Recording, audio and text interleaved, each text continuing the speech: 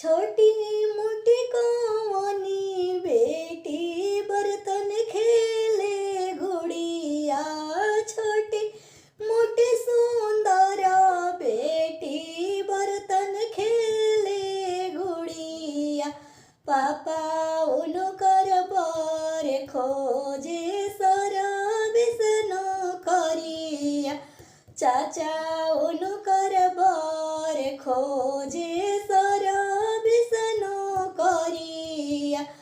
अरे पढ़ल लिखल बरवा खोजी होए पापाजी। बेरी बेरी ना होला बियाहवा ए पापाजी। बेरी बेरी ना होला बियाहवा ए पापाजी। अरे सुंदर सालोना बरवा खोजी होए चाचाजी। बेरी बेरी ना होला बियाहवा ए चाचाजी। बेरी बेरी ना होला बियाहवा ए चाचाजी। छोटी मोटी कौनी बेटी बर्तन खेले गुड़िया। छोटी मोटी सुंदर बेटी बर्तन खेले गुड़िया।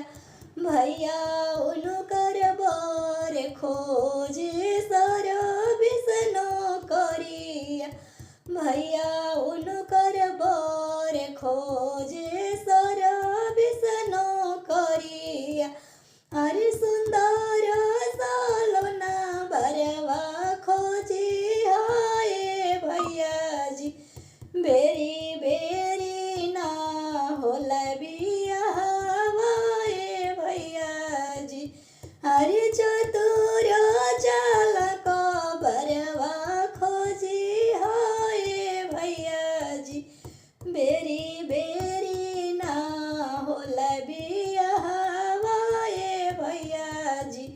बेरी बेरी ना होला बिया।